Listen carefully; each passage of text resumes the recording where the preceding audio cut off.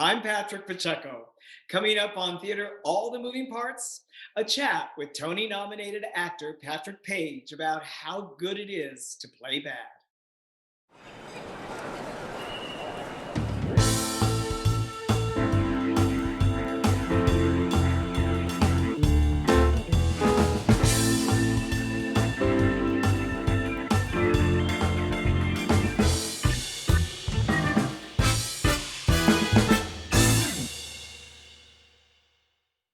Hello, I'm Patrick Pacheco.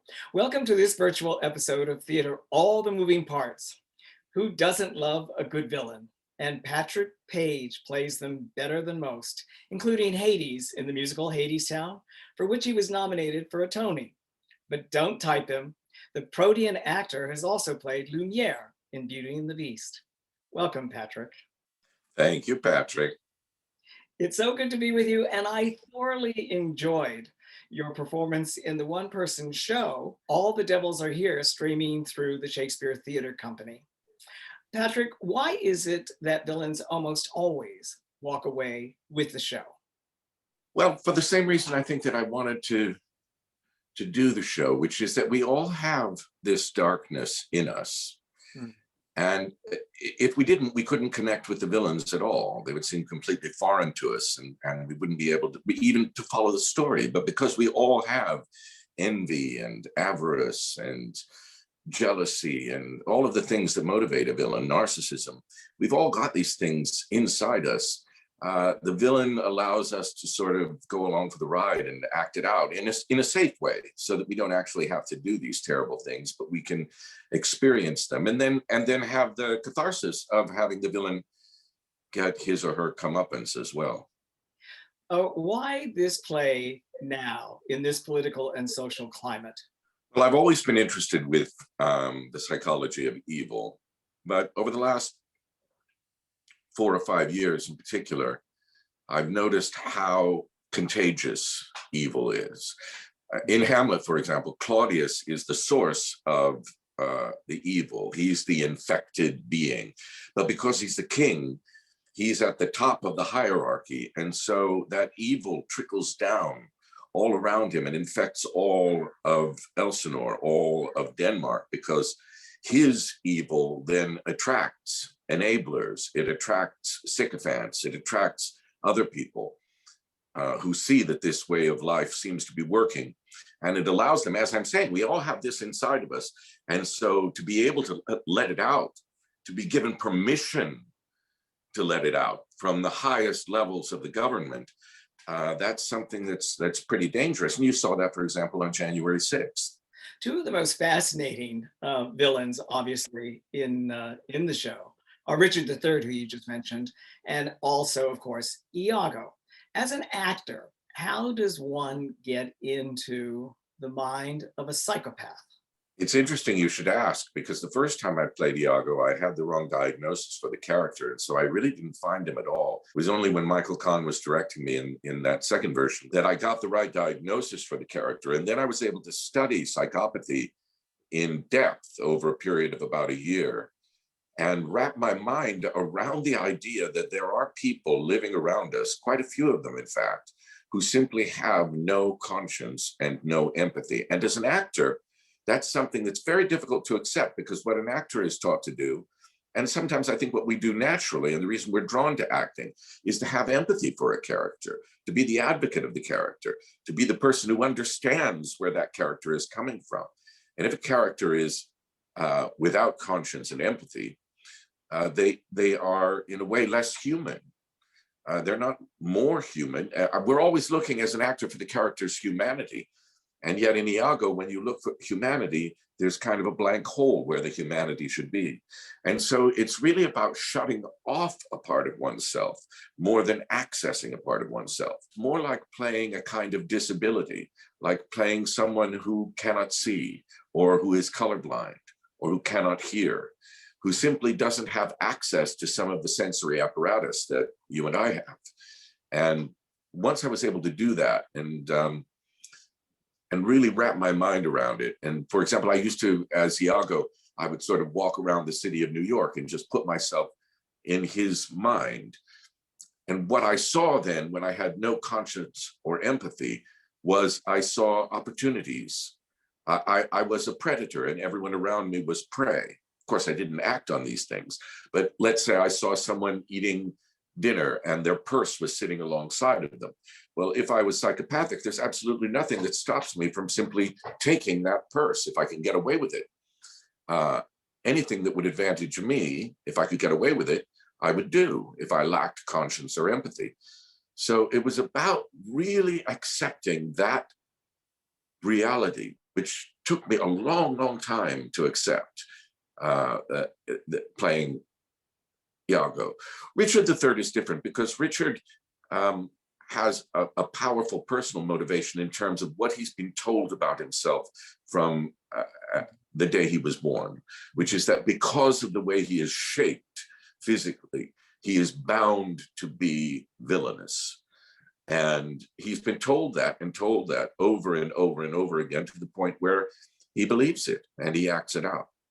Well, then, since this world affords no joy to me but to command, to check, to o'erbear such as are a better person than myself, I'll make my heaven to dream upon the crown. And whiles I live to account this world but hell, until this misshaped trunk that bears this head be round impaled with a glorious crown. You make that fascinating observation that in Elizabethan time, misshapen people of dark complexions, were considered a vice of some sort. They were considered evil or possessed in some measure of the devil. And Shakespeare, because he addresses it, were able to make them more humane, which is a fascinating concept.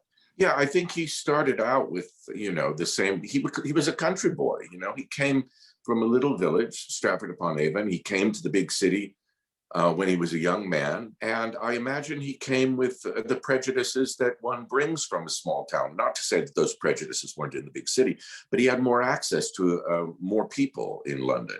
He had access to people with darker skin. He had access to Jews, to Moors, to disabled people. And he was able to see, because he was a great humanist, that what he'd always believed, which was, I point out, the Elizabethan art of physiognomy. It was a branch of the so-called sciences, where they believed that there were certain ways you could look at people. For example, people with a low forehead were thought to be not very intelligent. People with, Jews, Moors, Romani, as you say, were thought to be untrustworthy. And these were just things that people believed, and not just as part of superstitions, but as a part of their kind of general sciences. Shakespeare, being a great observer, was able to see that this just wasn't the case. It simply wasn't true.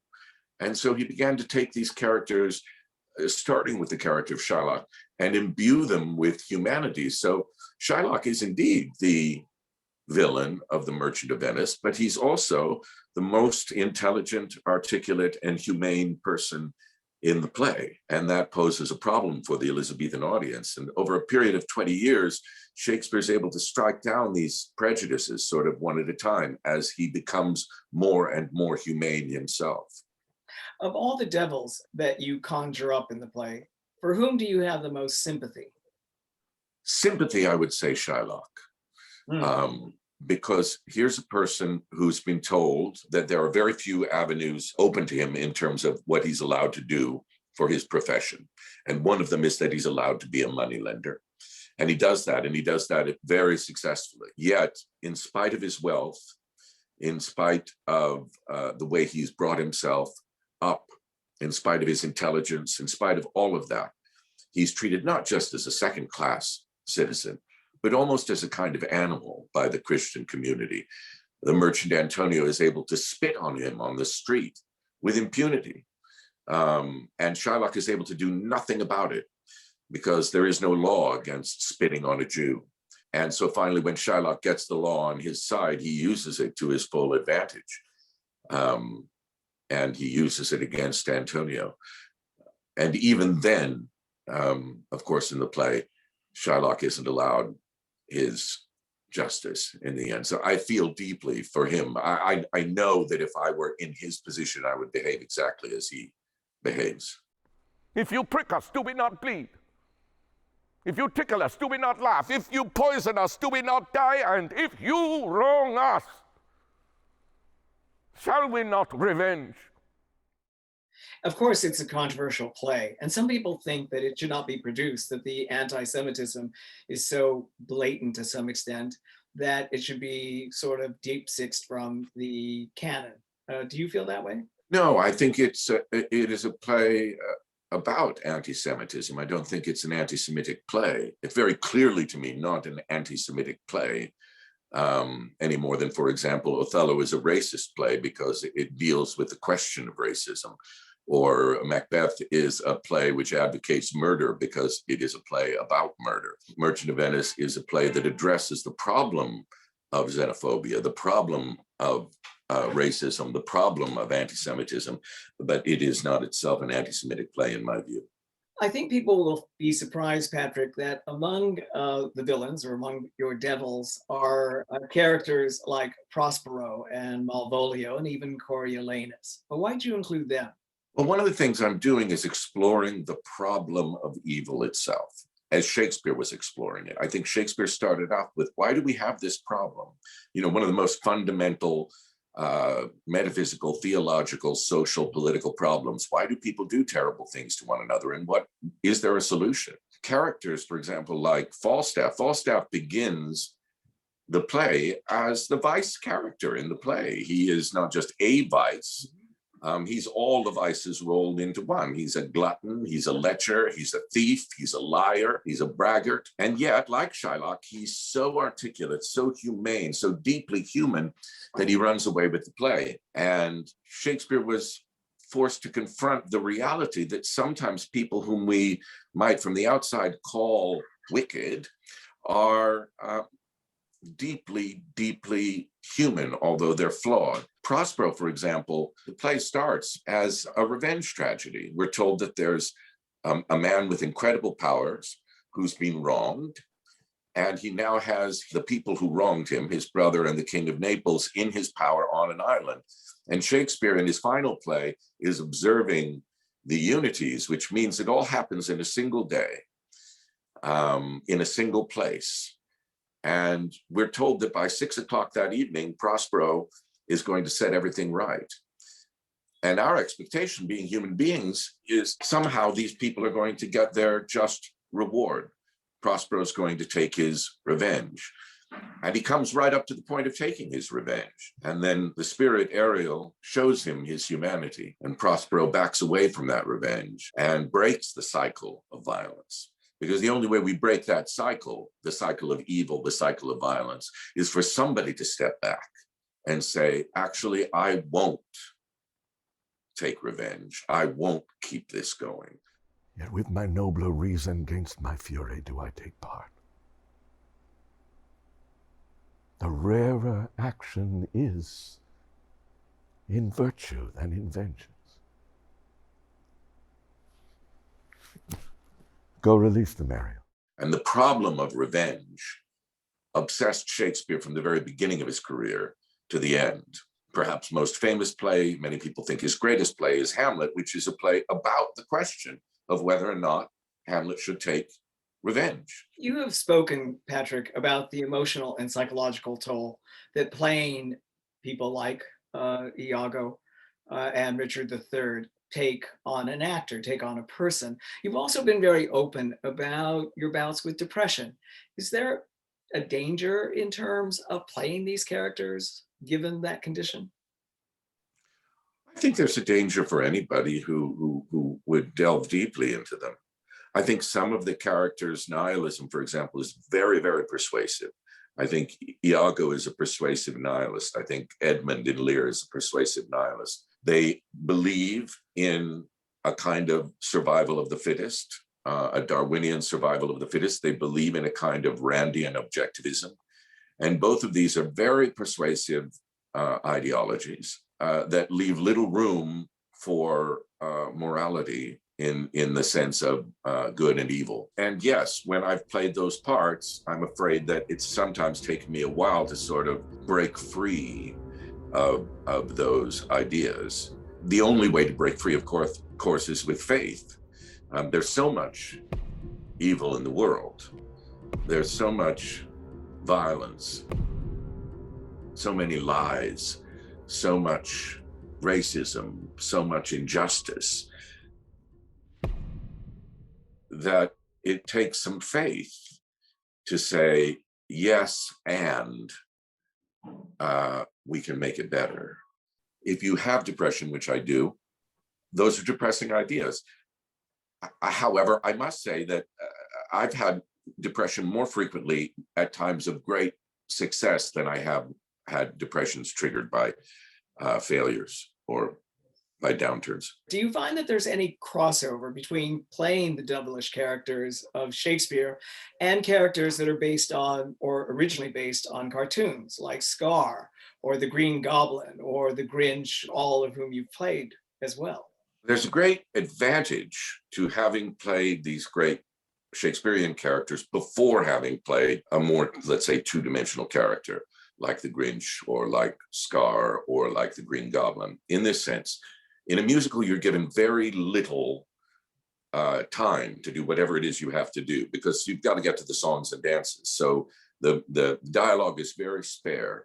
And so one has to build really thorough backstories and have really a lot of subtext in what you're doing in order for the character to have any kind of humanity. Scar, for example, is largely based on Claudius in Hamlet, also based on Richard III. And so having played those characters gives me this sort of leg up in terms of being able to build a thorough backstory for Scar.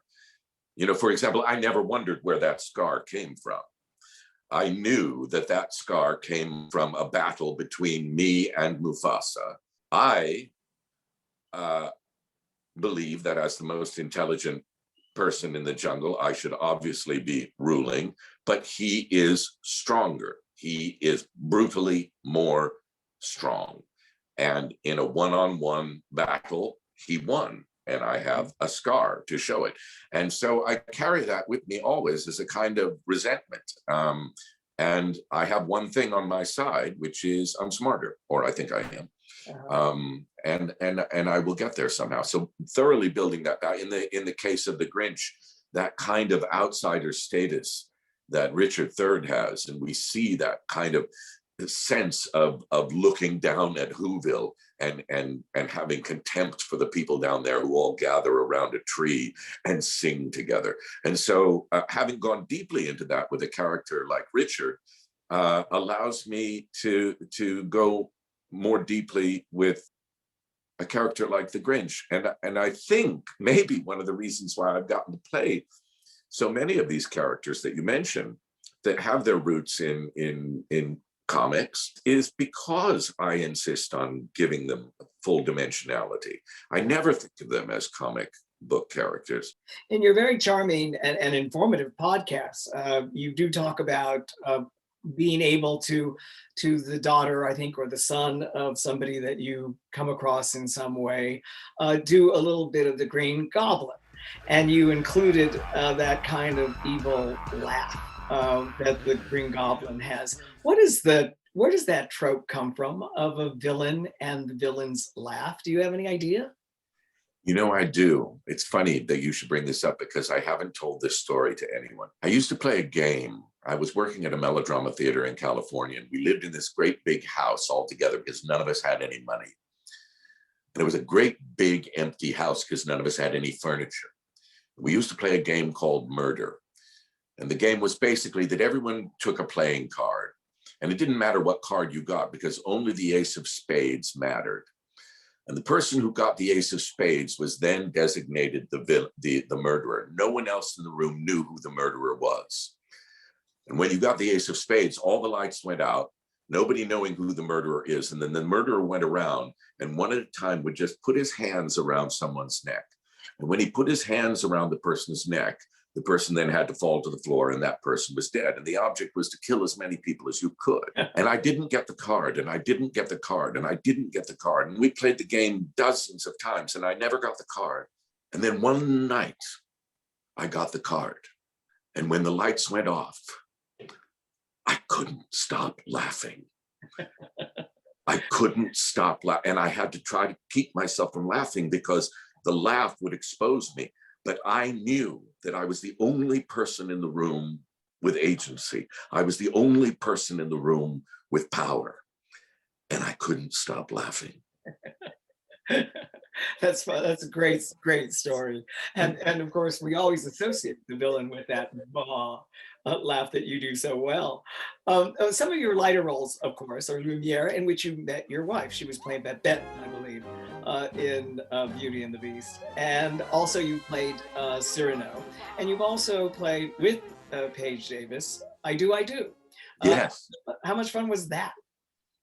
It was great fun. It's also very challenging to work with your mate, with your partner, I think, because you with an acting partner, you always you're in a different kind of relationship than you are with your mate, and suddenly with your mate, you have to sort of set aside the fact that you're married and just behave as acting partners, and that's challenging.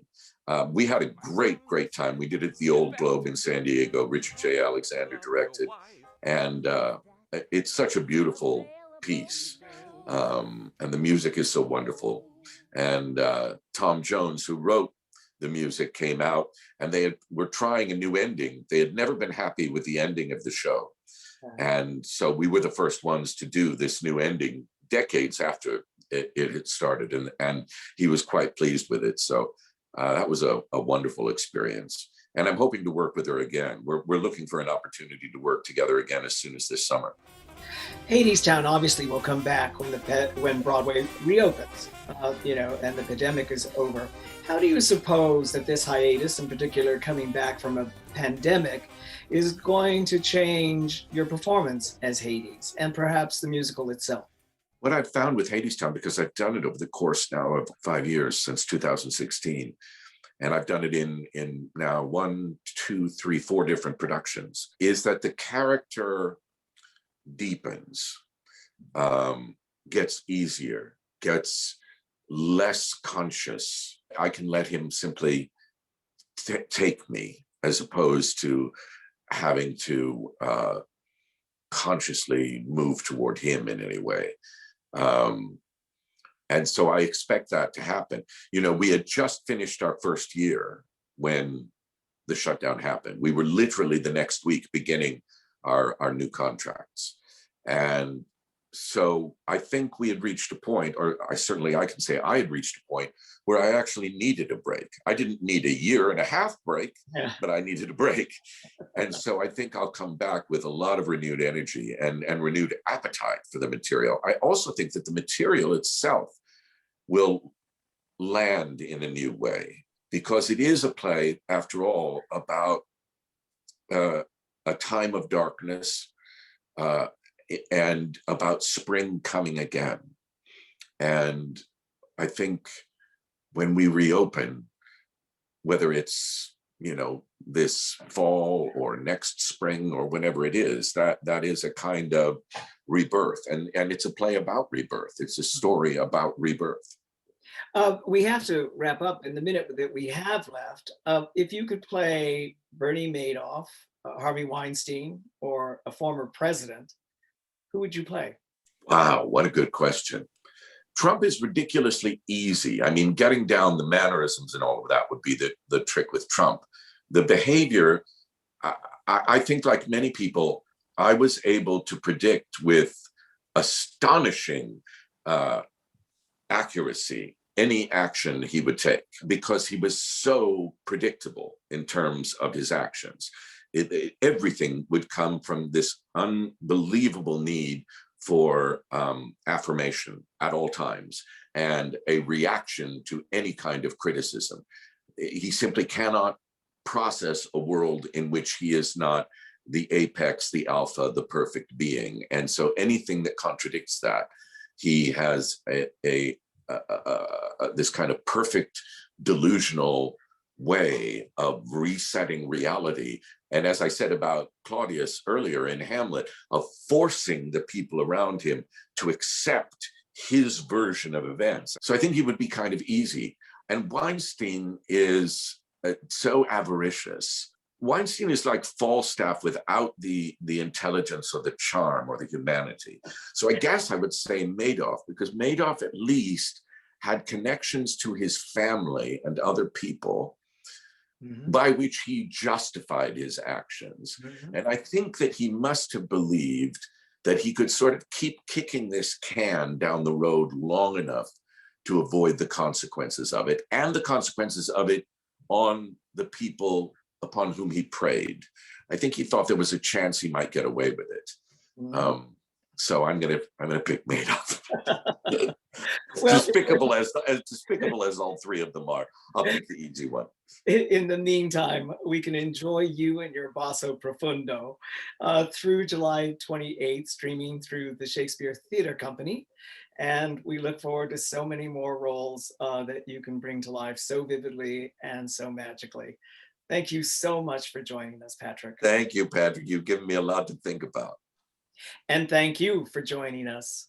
We look forward to bringing you more fascinating conversations with artists and thought leaders as New York theater, that fabulous invalid, regains its invaluable place in American culture. I'm Patrick Pacheco.